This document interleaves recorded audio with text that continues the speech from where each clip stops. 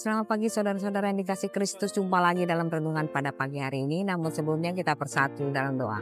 Damai sejahtera Allah yang melampaui segala akal itu yang akan menyerang hati dan pikiran saudara-saudara dalam Yesus Kristus Tuhan kita.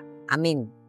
Firman Tuhan pada pagi hari ini tertulis dalam Yeremia 33 ayat 10-11. Beginilah firman Tuhan di tempat ini yang kamu katakan telah menjadi reruntuhan tanpa manusia dan tanpa hewan, di kota-kota Yehuda dan di jalan-jalan Yerusalem yang sunyi sepi itu, tanpa manusia, tanpa penduduk dan tanpa hewan.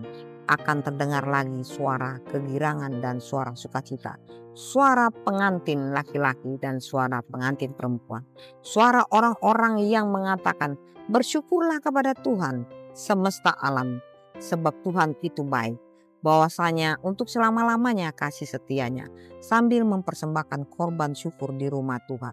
Sebab aku akan memulihkan keadaan negeri ini seperti dahulu, firman Tuhan. Demikian firman Tuhan. Allah yang memulihkan yang runtuh. Teks ini menggambarkan situasi Yehuda dan Yerusalem yang dalam keadaan hancur, tanpa manusia, tanpa kehidupan, dan bait Allah juga hancur. Seolah-olah tidak ada harapan. Namun di tengah keputusasaan, Tuhan berjanji untuk membangkitkan kembali sukacita kehidupan dan penyembahan.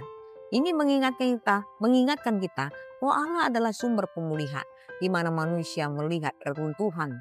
Tuhan melihat potensi untuk kebangkitan yang baru.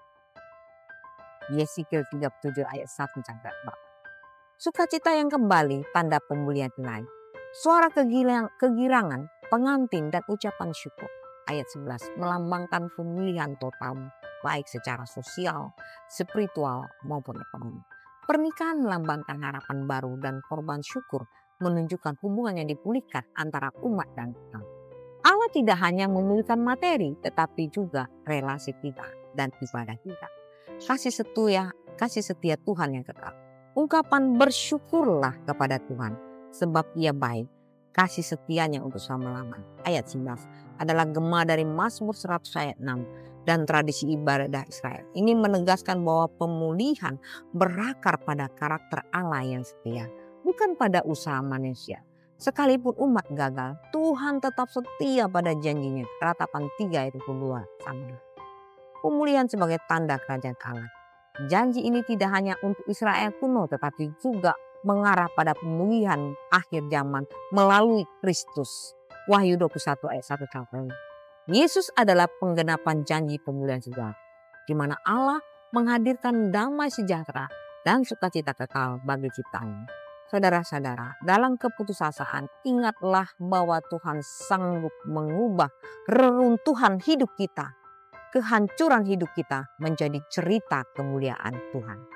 Bersyukurlah sekalipun dalam kesulitan, karena kasih setia Tuhan tidak pernah berubah. Jadilah agen pemulihan di dunia ini dengan membawa harapan dan sukacita Injil kepada orang lain. Yang lama telah berlalu, lihatlah yang baru sudah datang. 2 Korintus 5 ayat 17. Allah kita adalah ahli dalam menciptakan sesuatu yang indah dari terhancur. Tetaplah semangat dan berpengharapan dalam Kristus. Selamat beraktivitas, Tuhan Yesus memberkati. Amin.